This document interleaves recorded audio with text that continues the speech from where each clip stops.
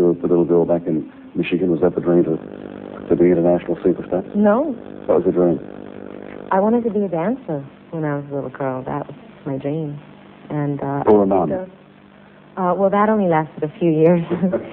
But I wanted to be a dancer, and I came to New York, and I did become a professional dancer. And then one thing led to the next, and then soon I was in the music business. And always the exhibitionist or an extrovert? I think that I was what is very common in big families. Like, you know, if you want to get noticed, you have to yell loud. If you want to, you know, I think I have 8 brothers and sisters, and I think that, you know, that was like a survival skill I had to learn growing up with a big family. You know, look at me.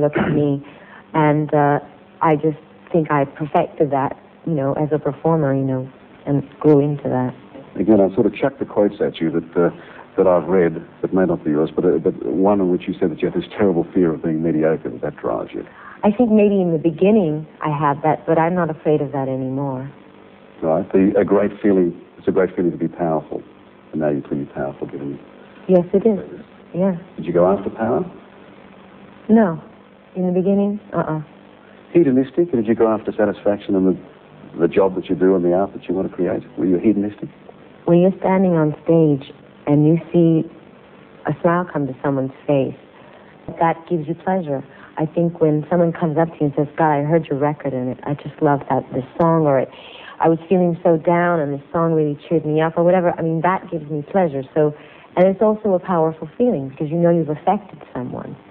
So, yes, I wanted to affect people that way. I wanted to make people feel good about things, and so I don't know if you want to call that going after something for pleasure or going after something for power, but... How talented are you? Tough question. I think I couldn't answer that question. What is talent? You know, I think that I have a lot to offer, and I'm very proud of my work. If I asked that question of a sprinter like Carl Lewis, or a beautiful woman like Elle, without any ego, she'd have to say, look, I'm beautiful, or Carl Lewis would have to say, I'm fast. Now, you don't need to prove any more, but clearly because you're successful. Well, I have to be very careful about what I say, because everything I say is held against me. Is that right? Yes. I've read, you know, it seems to millions of articles and that have been done about you, and the file on Madonna is this thick, it seems, and clippings and books and movies and videos and so on. Mm-hmm. And I keep seeing you saying that you never get to talk about what you do. So often they're distracted about Warren Beatty or Sean Penn or whatever. What do you do?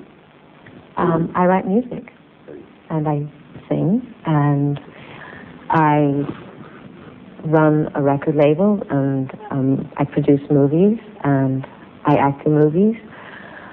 I collect art. Did you see why I asked it? Because, in fact, it is almost the distraction of... I know. Of those other things. Mm-hmm. Do you think the concentration on in bed with Madonna and the sexual side and all the discussions, those articles I talk about, has that distracted people away from your talents? Yeah, I think people have